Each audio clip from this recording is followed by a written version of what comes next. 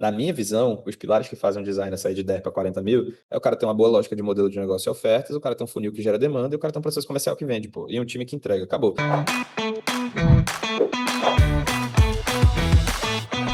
Como estruturar a mentoria do zero?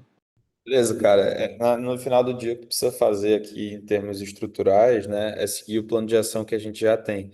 Então, assim, cara, aqui o que a gente tem de metodologia para você criar uma empresa do zero e fazer receita e caixa rápido é algo que não existe em nenhum outro lugar do mercado, né? Que é a trilha ali do Restart. Aquilo ali é bom pra caralho e a Catherine que vai estar contigo, cara, é muito ninja nessa parada, tem vários clientes desse perfil. E ela vai estar montando esse plano de ação e tocando junto contigo em paralelo. Possivelmente vocês já estão trabalhando nisso, vocês já tá vendo a trilha, etc. O que tu precisa fazer é muito simples, né? São basicamente três etapas e a gente vai estar junto contigo para que o mais rápido possível a gente destrave essa trilha e vá para a próxima, que é a trilha do 100 mil por mês. Que a Catherine também vai te ajudar muito, então, domina bastante esse processo. Então, tu tá na trilha que basicamente o objetivo é fazer três coisas, que é construir um modelo de negócio, várias coisas. Segunda parada é ligar o teu primeiro funil mínimo viável e terceiro é montar teu primeiro processo de vendas mínimo viável. São só três coisas. O modelo de negócios é 80-20, porque o funil e o processo de venda, sinceramente, mesmo que seja ruim, se tu tem um bom modelo de negócio, tu anda. Só que se tu tem um modelo de negócio ruim, um funil excelente, tu não anda, tu vai ficar ali. Então, se teu funil é ruim, se teu funil é bom, teu processo é bom de vendas, mas teu modelo é ruim, é como se estivesse nadando contra a maré. Então, por isso que a gente tem que focar muito no modelo de negócio nesse momento, que é onde trouxe o problema. Que, mas não sei se meu ICP está certo, tem que trazer esse ICP, quero cobrar 6, mas não vende, aí eu cobro 3, aí os caras não têm resultado. Então, todo esse desafio aqui que tu está tendo, modelo de negócio. E aí, se a gente fosse resumir modelo de negócio, que é o que tu tem que seguir, que está ali na trilha do Restart, basicamente é três coisas, velho. Então, são três coisas dentro da primeira coisa das três. Então, imagina que são três. Pega uma delas, são mais três. Quais são essas três? São cliente ideal, estratégia de go-to-market e escada de valor. Né? Cliente ideal, escada de valor, estratégia de go-to-market. Basicamente é o quê? Primeiro, tu definir bem o CP. Eu, particularmente, achei uma boa decisão tu focar em designers que ganham acima de 10, 12 mil. Ok? Eu acho excelente. Não acho um bom mercado para high ticket tu operar com designers que faturam menos que isso, porque você tem que cobrar muito barato, tem que ser bom na escala, e é difícil ser bom na escala. No começo, quando tu não sabe entregar em escala, então eu aconselho muito tu focar nesse CP mais qualificado, cobrar mais caro, ganhar mais com menos cliente, construir método, ajudar os caras de perto e aí depois considerar atender um lead menos qualificado. Então, priorizaria os melhores leads desse mercado, que é aquele cara acima de 10 mil. Não sei se eu botaria 12, acho que 10 é uma barreira boa, assim. Mas, assim, basicamente, o negócio é o quê? Designer acima de 10 mil. Eu acho, cara, que dependendo da tua lógica de planos de produto, tu até consiga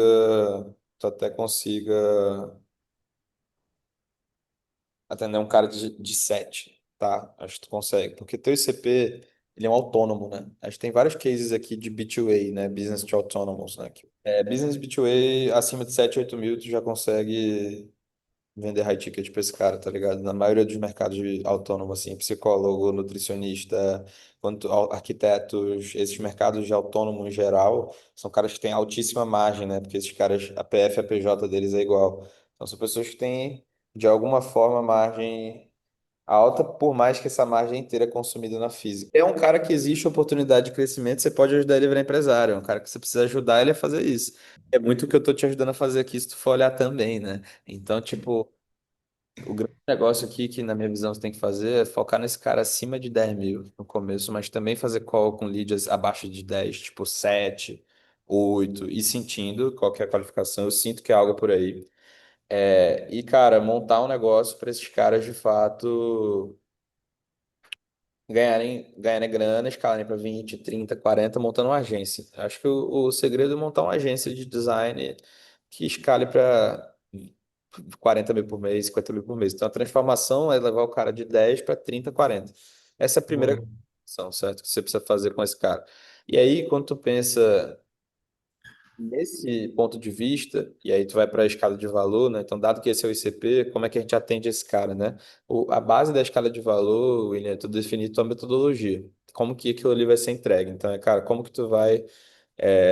quais são os pilares que vão fazer esse cara fazer isso? Na minha visão, os pilares que fazem um designer sair de 10 para 40 mil são praticamente os mesmos que eu estou te falando aqui. É o cara ter uma boa lógica de modelo de negócio e ofertas, o cara tem um funil que gera demanda e o cara tem um processo comercial que vende, pô, e um time que entrega. Acabou. Se o cara tiver essas quatro coisas, o cara escala para 40 mil. Então, tu tem que primeiro ter um método, eu imagino que você já tenha, né? Mas eu estou te dando um exemplo do método. A partir desse método, você cria as ofertas. O que que eu vejo, tá? Eu vejo que você tem que focar, cara, em uma oferta back-end, certo? Nem front-end e nem high-end, uma oferta back-end. Um produto back-end. Eu acho que para o teu mercado, cara, 3 mil é muito barato ainda. Eu acho que tu consegue Uhum. tirar essa parada e posicionar bem se tu acertar a estratégia de go-to-market, que é o próximo passo, né? Então, Boa. o que eu faria em termos de precificação? Como é que eu penso? Eu penso sempre em ganhar, cara, em ocupar do bolso do cara 10% do quanto ele ganha no começo. Então, geralmente, quando a gente vende para autônomo, a gente ocupa 10% da carteira do cara. Só tu fazer uma conta do quanto tá pagando aqui por mês, quanto tua entrada de caixa por mês, talvez seja 10% do quanto tu ganha. E quando a gente faz esse cara faturar 5, 6 vezes mais, o que acontece, Will? A gente faz esse cara, a gente representa muito menos desse cara. E aí a gente tem que continuar buscando representar 10 no crescimento. Entende? E Entendi. dado que o negócio é um negócio de transformação financeira, a mentalidade de precificação ela é cobrar na parcela 10% do quanto o cara fatura. Se você está vendendo para um autônomo, via de regra, ou uma empresa muito pequena. Via de regra, esse é o jogo. E aí tu ajuda essa empresa, esse autônomo a crescer e tua parcela representa pouco. Então imagina que o cara ganha 10, tu pode cobrar 1.000 por mês. Acho que tua precificação é 1.000 por mês. Se tu tem a precificação de 1.000 por mês, teu produto custa 12 mil no ano, 6 mil no semestre, enfim, aí vai. Eu acho que teu plano base de back-end é 1.000 por mês, que é 10% quando o cara ganha. Se tu faz o cara ganhar 50 mil por mês, por exemplo, tu pega 20%, desculpa, tu vira 2% só. Se tu vira 2%, tu tem total oportunidade para fazer uma nova oferta que faça o cara ir para 5%, depois 10%, depois Uhum. 15% do quanto o cara fatura e tu participar do resultado desse cara ao longo da jornada usando a tua escada de valor, que é o que a gente está conversando aqui. Só que essa escada de valor é um negócio de longo prazo. A curto prazo tem que focar em um produto, que é o produto principal, o produto back-end, que na minha visão é um produto de 1.000 reais por mês. O que eu olharia como foco, cara? Eu olharia para um produto de 1.000 reais por mês e que esse produto de 1.000 reais por mês, ele pode ter dois planos ou três planos diferentes. Que nem aqui no HTP, tá ligado? A gente tem um produto Uhum.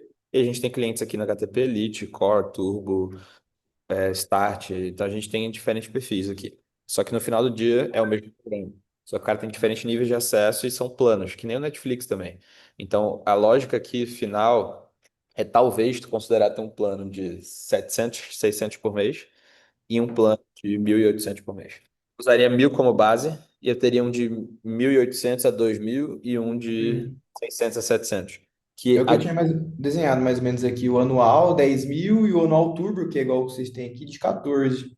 tem que pensar no percentual. Essa lógica que tu fez do turbo e do anual é boa, só que no caso seria o padrão, seria, no caso, se tu trouxe para 10, né? Seria 12, e o turbo, ao invés de 14, seria, no caso, se for 1.500 para arredondar, seria 18. Então, como se fosse 12, Tá. ou 12, 20. Se tu for na lógica de 1.000 por mês, 1.500 por mês, se for 600 por mês, é 7.200. Então, tu teria três planos ali para a mesma parada ali atacar aquele problema, entendeu? Entregando esse método em diferentes níveis de acesso. Certo? Então, tu pensa nos teus pilares de entrega, a gente ensina a fazer isso, né, nos programas ali. Então, tu pega os teus pilares de entrega, e aí depois que tu pensa em tudo que tu pode entregar de bom, tu rateia. E aí, tu, cara, o turbo vai ter mais acesso, entendeu? A queda Uhum. só para te ajudar a fazer isso, não pode sentar contigo em call, construir isso, ela tá à disposição aí, tamo online para te ajudar. Mas a visão é essa, entendeu? Então, cara, constrói essas três ofertas e aí vai para a estratégia de go-to-market. Qual é a função do BDR-SDR?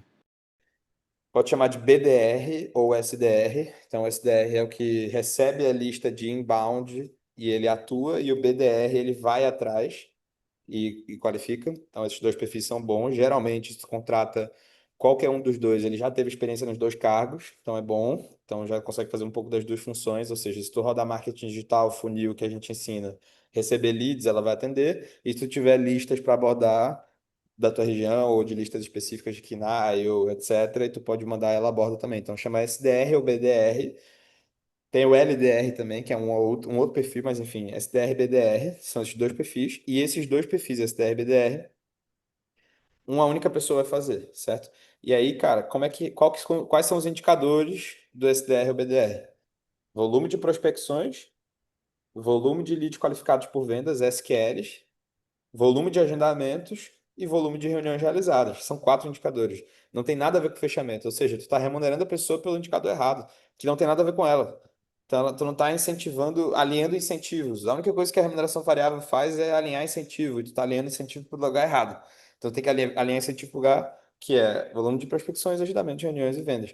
E aí, volume de prospecções, SQLs, agendamentos e reuniões realizadas. Esses quatro indicadores. Então, o que é o OTE, para tu entender? Ele é um modelo que, baseado nesses quatro indicadores, se ela atingir a meta desses quatro indicadores, mas tu fala, ó, eu quero tantas prospecções e tantos agendamentos. Ou tantos SQLs e tantos agendamentos. Bota dois indicadores principais e fala, ó, se tu bater a meta, tu vai ganhar o dobro do teu fixo. Se tu não bater a meta, tu não vai ganhar o dobro do teu fixo. Vamos trabalhar? Vamos. Pá. Então tu garante um fixo bom para a pessoa. Por quê? Porque os melhores vendedores, eles não topam não ganhar nada aí pro variável e não topam fixos baixos também. Então, esse modelo você consegue trazer pessoas com fixos altos que são produtivas batendo meta. E não batendo meta, elas são um pouco mais caras, mas se elas batem meta, elas são muito mais baratas do que uma pessoa que ganha tudo no variável, entendeu? Então, fazendo uma conta muito simples, tá? Supondo que essa pessoa. É porque você fez uma conta de 1%, aí fica um pouco mais fácil. Mas supondo que seja o valor total do produto seja 3 mil mesmo, não vai entrar toda a recorrência, só para você entender a conta. Você paga 10% e ela vende, supondo, 1 milhão de reais no mês. Cara, ela ganha 10%, ela vai levar 100 mil reais, certo? Ela vai levar 100 mil reais. Você poderia ter, ao mesmo tempo, então, uma pessoa que não ganha fixo, veio trabalhar contigo, vendeu 1 milhão e ganhou 100 mil reais. Ao mesmo tempo, você poderia ter uma pessoa que é sênior de mercado, tem 20 anos de experiência em venda, você tirou de uma empresa gigante, você paga 15 mil de fixo para o vendedor. Cara, um closer assim, ó, altíssimo nível, 15 mil de fixo, e dá para ele uma meta de 1 milhão. Ele bate 1 milhão, e o máximo que ele pode ganhar é uma vez e meio o fixo dele, que seria, no caso, 38 mil reais. Então, é uma pessoa muito mais sênior, muito mais avançada, que custa 60% a menos do que a pessoa que não ganha nada de fixo e vai tudo pro variável, pagando 10%. Tu tá entendendo? Ou seja, é uma contratação ruim, ineficiente, um modelo que não vai funcionar. Então, ou ela vai embora, ou tu vai ter que ter uma conversa difícil em algum momento. É melhor até agora que tá no começo. Meu conselho, se for uma pessoa que tu vê valor para operação e tem condição de pagar um fixo, tenta pagar um fixo. Por enquanto, teu modelo não tá ruim porque ele não é 10% do contrato, ele é 10% da primeira parcela. Então, isso não é um modelo ruim. Tu consegue, se tu acha que, pô, vai ter alguma alavancagem operacional de curto prazo, porque não vai desembolsar caixa, vai ser só variável e tal. Eu entendo que é positivo a curto prazo, mas isso a médio e longo prazo não é sustentável. Então, talvez combinar com ela que, pô, é um período de teste, a gente vai fazer, depois vai ter um fixo, vai ser esse modelo. Porque, tipo assim, se fosse 10% tava terrível, mas como é 1% não tá tão ruim assim. Só que tá atrelado ao indicador errado. Essa é a minha preocupação, tu tá entendendo? Minha Uhum. preocupação não é apenas o fato de ser 1% ou 10%. É também o fato de estar atrelado ao indicador errado. Então, na minha visão, por exemplo, o que que eu faria de curtíssimo prazo, talvez, tá, Ingrid? Aqui para te resolver o problema, que não fica nem um negócio engessado, que seria o OTE, que é um modelinho previsível para empresas maiores, nem um negócio aleatório que está fazendo da tua cabeça. Eu acho que o meio do caminho que funciona e incentiva o interesse da pré-vendedora, que é gerar reunião. Eu pegaria os 300 reais que está pagando por venda e eu colocaria um cenário hipotético da tua cabeça de quantas vendas tu acredita que pode fazer. Então, vamos supor que seja 10 vendas, tá? Então, esses 300 reais por venda, em 10 vendas, daria 3 mil reais, certo? Aí eu pegaria, chegaria para ela e falaria, ó, esse mês a gente tem 3 mil reais de bônus. Esses 3 mil reais de bônus são atrelados ao atingimento de dois indicadores, 1.500 um e 1.500 o outro. Se tu atingir a partir de 70% daquela meta, daquele indicador, tu começa a ganhar 70% desses 1.500 total, disponível. Se tu atingir 100% da meta, tu tem 100% dos 1.500. Se tu atingir 150% da meta, na real acho que é 120% da meta, tu tem 150% desses 1.500. E são dois indicadores, que é volume de SQLs e volume de agendamentos, por exemplo. Ou volume de SQLs e calls, ou taxa, enfim, tem vários indicadores que tu pode colocar. No teu caso, para prospecção, eu botaria SQL e agendamento. Por quê? Porque tu consegue falar, ó, tu tem 3 mil para ganhar esse mês, que seria a mesma coisa das 10 vendas. Desses 3 mil, 1.500 é atrelado a tu me trazer 100 SQLs e 1.500 é atrelado a tu me trazer 40 agendamentos.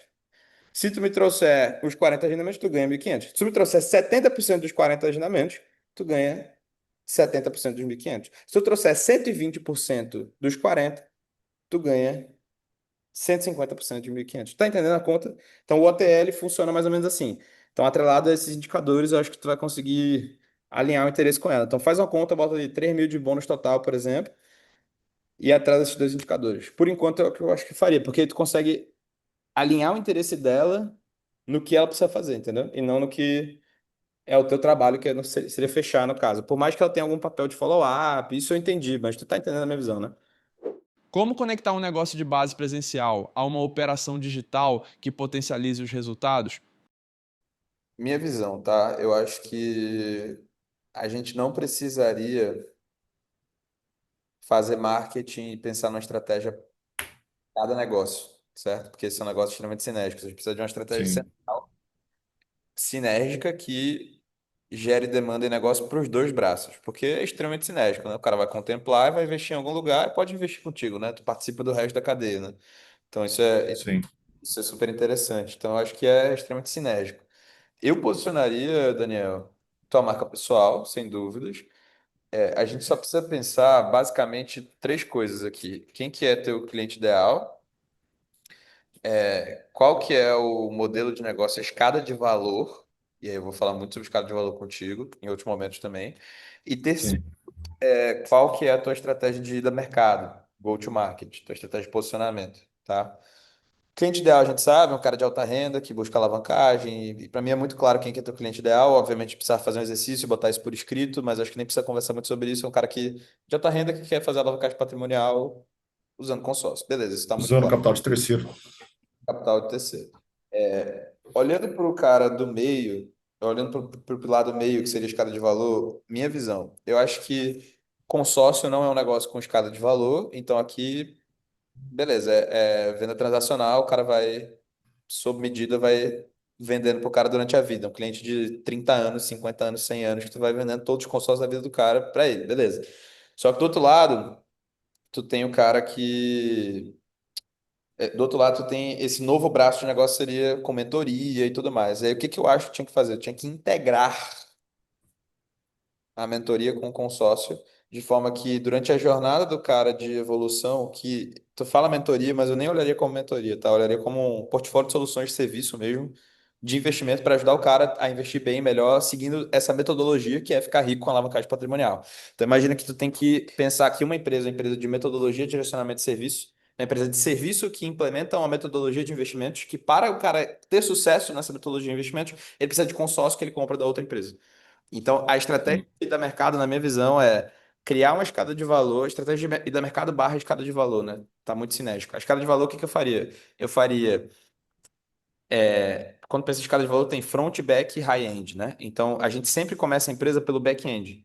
Nunca pelo front nem pelo high, pelo back-end, via de regra. E o back-end é o produto principal. Eu criaria um produto principal, Daniel, que fosse algo em torno, tá? De 2.000 a 7 mil por mês, a depender da renda e patrimônio líquido do cliente, beleza? Então, com base na renda e PL do cara e nível de conhecimento, tu vende planos de 2, 4 e 7 mil por mês. Eu acho que eu iria nesse patamar. Então, então tu teria uma única metodologia, só que tu teria fases dessa metodologia com base no momento, patrimônio e renda do cara. Então, tu concorda comigo que um cara que tem renda líquida de 200 mil, patrimônio de 5, ele tem mais capacidade de tirar valor da tua solução ou precisa de mais coisas do que um cara de renda de 20 com patrimônio líquido de 200. Tá em outro patamar, né? Ou seja, mas tu também consegue ajudar o cara de 20 com patrimônio de 200. E tu também consegue Sim. ajudar o cara de 200 com patrimônio de 5. Então, imagina que existem momentos diferentes. Então, pensaria no teu ICP, só que eu pensaria ele em fases da jornada. Momento um, momento 2, momento 3. Tanto em nível de conhecimento, quanto em patrimônio, quanto em renda. E aí, quanto também em o que que foi implementado, ok? Então, não é só patrimônio, renda e nível de conhecimento, mas é o que foi implementado, que tem tudo a ver com o nível de consciência também. Então, tem cliente que já implementaram algumas coisas que no teu primeiro produto você ensina, então talvez ele precise do segundo. Ou talvez ele já implementou do primeiro e o segundo, nem foi contigo, foi com um concorrente teu, um outro cara do mercado, e ele precisa do nível 3, sei lá. Né? Então, imagina que Tu tem o ICP, que é um só que tu quebra ele por momento, e tu tem um produto principal, que é em 3 planos. E aí tu tem um plano de 2 mil por mês, o de 5 mil por mês, o de 4 mil por mês e o de 7 mil por mês, por exemplo. Que são para. Ele tem a mesma proposta de valor, que é alavancagem patrimonial com imóveis e consórcio. Porém, um atende melhor o cara que ganha entre 20 e 40 mil e que tem X e Y de patrimônio. O outro atende quem tem apenas um imóvel quitado, quem tem pelo menos X de renda e quem tem tal nível de conhecimento. E o 3 atende quem tem dois ou mais imóveis quitados, tem tanto de patrimônio, tem tanto de renda, tem tanto de. Entendeu? Então, tu quebra por momento da jornada, barra nível de consciência, e tu tem um produto, que é a solução XYZ, como aqui no HTP. A gente tem um programa que é o HTP, só que o HTP a gente tem o Start, o Core, o Turbo e o Elite. Que no caso é 1.000 por mês, 2.000 por mês, 3.000 por mês, 6.000 por mês. Então a gente tem essas 4 soluções aqui dentro do HTP, entende? Mas é o mesmo produto, Sim, para diferentes perfis. Então imagina que tem que fazer exatamente a mesma coisa. Na minha visão, a estratégia seria essa. Então, imagina que essas soluções aqui não são apenas mentoria, Daniel. Então pensa que mentoria é uma coisa que precisa entregar. É que nem aqui. Então pensa que mentoria é isso que a gente está fazendo, só que tem outras coisas que precisam da nossa ajuda também. Então pensa que tem que entregar outras coisas também. Então tem que entregar eventualmente consultoria, eventualmente implementação, eventualmente educação, eventualmente método, eventualmente comunidade, tecnologia. Existem outras coisas que fazem sentido agrupar numa oferta de valor. E aí, cara, o que é que tu tem que pensar? Tu tinha que pensar meio que numa linha de jornada. Aqui é uma reflexão que eu tô te jogando para tu amadurecer e a gente vai trocando, tá? Eu vou te ajudar a pensar nisso. sim, Pensa numa linha de jornada e pensa o que que esse cara precisa fazer e implementar em cada fase dessa para ele ter sucesso. Então pensa chegar aí, no último degrau. chegar no último degrau. Então pensa na fase do plano de 2.000. O que que ele precisa implementar, cara? Ele precisa tirar uma carta contemplada, ele precisa fazer um retropatrimônio, uma recompra de algum imóvel dele, ele precisa aportar em pelo menos algum imóvel, ele precisa comprar pelo menos X, entendeu? Ele precisa três coisas que precisa implementar. Cara, faz uma recompra, pega uma carta contemplada e pega uma carta nova, acabou. Fase 2, cara, precisa fazer tal coisa, entendeu? E aí tu vai evoluindo no que precisa ser implementado. Aí dali tu olha para aquilo ali, olha para o teu cliente e pensa qual o melhor jeito de eu garantir que ele implemente isso. E aí você vai ter a noção que talvez mentoria não seja o melhor jeito, ou o único jeito. E aí tu pensa mentoria, pensa método, pensa consultor individual, tipo a Kathleen atendendo, pensa ferramenta, pensa processo, pensa integração com a tua empresa de consórcio. E aí tu desenha uma oferta realmente atrativa, que custe 24, 48 ou 84 mil por ano. 24, 48, 84. Então, dessa forma, tu consegue gerar receita com a empresa de serviço, ao mesmo tempo que tu gera clientes extremamente qualificados que vão comprar consórcio para sempre contigo. E ao mesmo tempo que tem cliente que não querem a empresa de serviço e que vão comprar consórcio apenas. E também tem cliente hoje, aí aqui é onde está a maior oportunidade, tá, Daniel? Na minha opinião, para a gente acelerar muito da payback. Tem cliente hoje que já são clientes e ex-clientes de consórcio que adorariam comprar essa nova solução dessa nova empresa. Então, eu acho que a primeira parada é a gente olhar para esses teus clientes atuais, de fato, criar uma solução parruda de 2, 4 e 7 mil por mês e fazer um lançamento que a gente chama de funil saque de dinheiro para tua atual base de cliente de consórcio. Tu pega essa base de cliente de consórcio e ex-cliente, convida para esse funil e lança essa oferta e tu já gera receita dessa forma. E aí tu vai ter a sinergia das duas formas. Cliente de consórcio comprando essa solução, cliente de solução comprando consórcio e leads de fora comprando os dois ao mesmo tempo um de cada vez, ou primeiro um e depois o outro. E aí tu tem infinito Sim. esse jogo. Como ainda temos poucos clientes, o que você recomenda no formato de entregável? Cara, eu iria muito forte para solução individual, solução de implementação, solução de serviço, solução ultra personalizada. A gente está na era da ultra personalização, entendeu? E vocês têm que aproveitar que vocês têm poucos clientes para fazerem o melhor que vocês puderem em ultra personalização, com a cabeça de ter isso de forma um pouco mais escalável. Aproveitem. Tem pouco cliente para atender bem para caralho. E personalizar muito, com a cabeça de depois transformar aquilo ali no playbook de escala. Entendeu? Então, velho, Peguei. não olharia para Hot City, não olharia para aula gravada, não olharia para encontro em grupo com mentor. O que que eu olharia?